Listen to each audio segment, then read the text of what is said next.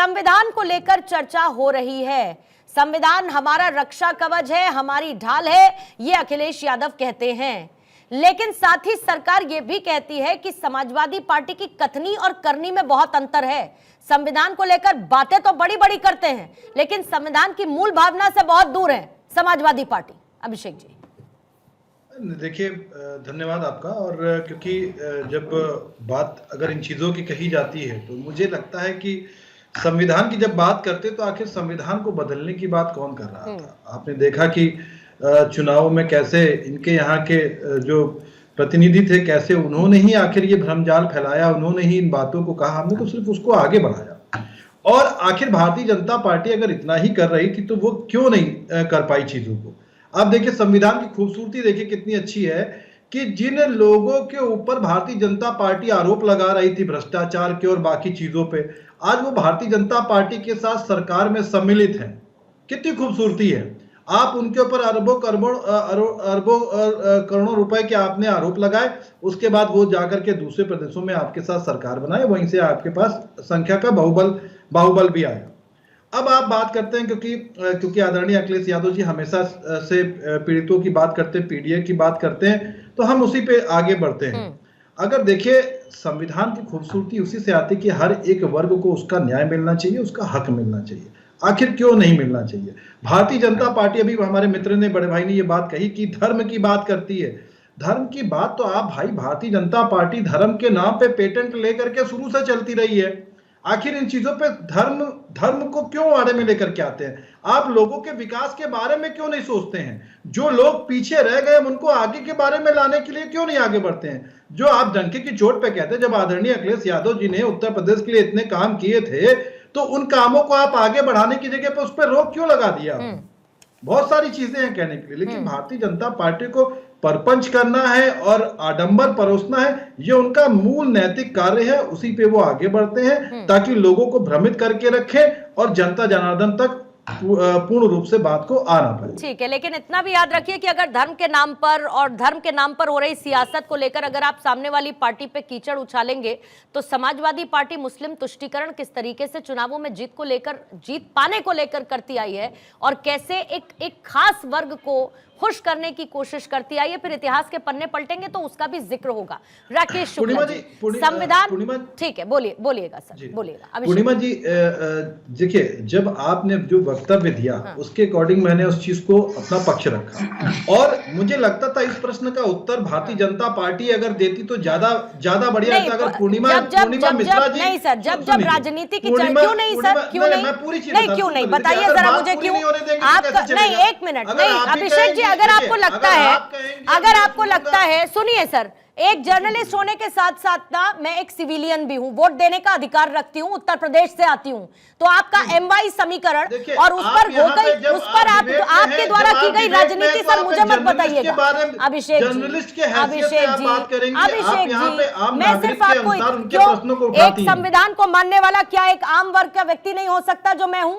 संविधान की मूल भावना अगर उसको किसी ने ठोस पहुंचाई तो क्या उससे जुड़े हुए एक आम व्यक्ति में नहीं हूं। अगर संविधान पर चोट कोई भी करेगा, मैंने क्या कहा आपसे सर, मैंने सिर्फ इतना कहा कि अगर आप कीचड़ उछालेंगे सामने पर कुछ चीटें आपके ऊपर भी आएंगी, क्योंकि दूध का धुला तो यहाँ कोई भी नहीं है। यहाँ पर दूध का धुला कोई भी नहीं है, जितने लोग बैठे हैं सब अपनी अपनी सियासत चमकाने के लिए इस्तेमाल उसका करते आए हैं सर। कोई बात नहीं, कोई प्रॉब्लम नहीं है। आपको पसंद नहीं आया, मुझे उससे कोई समस्या नहीं। मुझे आपके वक्तव्य से पसंद आने ना पड़े, मुझे उससे कोई समस्या नहीं पड़ता। लेकिन आप ये नहीं तय करेंगे कि जो समाज में व्यापक है, जो समाज में फैला हुआ है, जो समाज में एक रियलिस्टिक अप्रोच पॉलिटिकल पार्टीज की तरफ से रखता है, जिसका इस्तेमाल किया जाता है, अगर मैं उस पर आंखें बूंद लूं तो नहीं हो सकता, उसका जिक्र किया जाएगा क्योंकि वो होता रहा है। ठीक है, राकेश शुक्ला जी आपके पास आते हुए, संविधान पर सियासत, आपको लगता है चर्चा के बाद इसके खत्म होने की एक स्टेप लेने की भी कोशिश की जाएगी? क्योंकि ऐसा मुझे नहीं लगता सर, और आपका एनालिसिस अगर इससे इतर कहता है तो कह दीजिए, क्योंकि संविधान एक सियासी टूल के तौर पर हर किसी ने अपने हाथ में थामा हुआ है। कोई किसी के गड़े मुर्दे उखाड़ता है तो कोई यह कहता है कि संविधान की मूल भावना को खंडित कर रही है अभी की पार्टी, अभी की सरकार। राकेश शुक्ला जी, पूर्णिमा जी, सबसे पहले तो मैं बोलूँगा कि पार्लियामेंट में जो प्रियंका जी बोल रही थी और हमारे चर्चा में जो प्रियंका जी शामिल है, मुझे लगता है उनसे ज्यादा प्रभावी तरीके से इनका प्रस्तुतिकरण है। क्योंकि पार्लियामेंट में तो प्रियंका जी ने कुछ भी नहीं कहा, उन्होंने सिर्फ एक बात कहा कि भूल जाइए सब चीजों को, अब वर्तमान को देखिए। तो यदि हम भूल जाएंगे सारी चीजें, तो क्या हम 1950 भूल जाए, क्या हम 1975 भूल जाए, क्या हम 1991 भूल जाए, क्या हम 1995 भूल जाए, हम क्या क्या भूल जाए? ये सच्चाई है कि भारतीय जनता पार्टी के शासनकाल में संविधान बदला गया है, और बदला इसलिए गया है कि दो संविधान को एक संविधान कर दिया गया। ये अपराध नहीं है। जम्मू कश्मीर से धारा 370 हटा दी गई और दो प्रधान, दो विधान, दो संविधान की प्रावधान को समाप्त किया गया।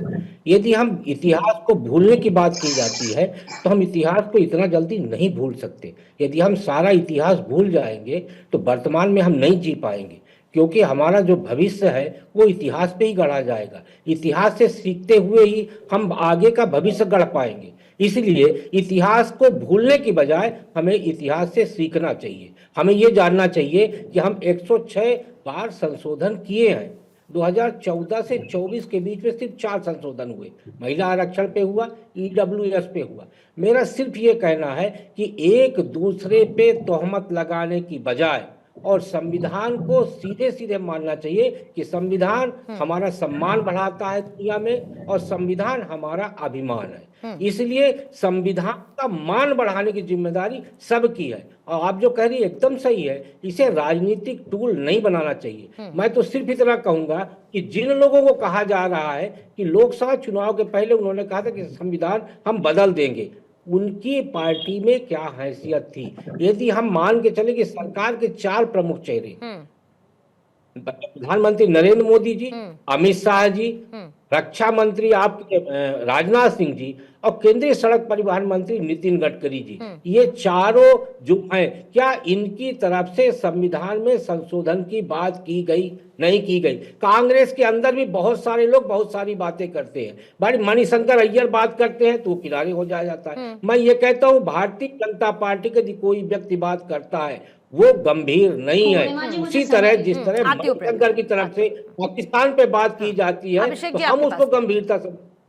तो इसलिए मेरा ये मानना है कि संविधान को संविधान रहने दिया जाए, संविधान का मान रखा जाए, संविधान को मजाक नहीं बनाया जाए। इसलिए इस पे राजनीति नहीं होनी चाहिए कि संविधान देश का बदल दिया जाएगा। किसी भी राजनीतिक पार्टी में ताकत नहीं है कि संविधान बदलेगा। लेकिन आपने जो इसकी टैगलाइन दी है, उससे इस संविधान को लेकर जो पार्लियामेंट में चर्चा हो रही है पूर्णिमा जी, इससे कोई नई दिशा नहीं निकलेगी। ये मैं बिल्कुल पूरे तथ्यों के साथ कह रहा हूं। इस पे भी राजनीति आगे।